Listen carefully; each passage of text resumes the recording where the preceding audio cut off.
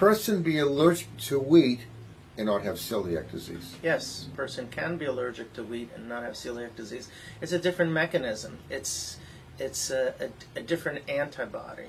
Because wheat is one of the most allergic of foods. It's in the top 10 list usually.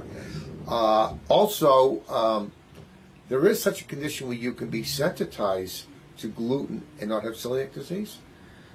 Yes.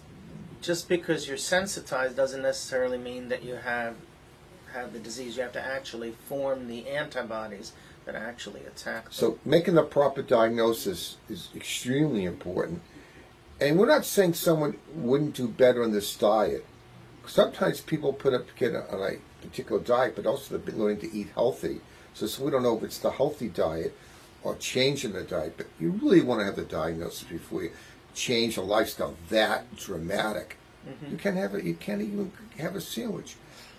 One point, the wheat that we had 300 years ago had very low amount of gluten. The wheat we produce there with high yield per acre has a lot of gluten. So the question, was celiac disease around 300 years ago? I would say it probably was around, but not as prominent. I mean, it's throughout the world. You find it in India. You find it everywhere. A lot of people think it's something we did, but more yield per acre for making wheat.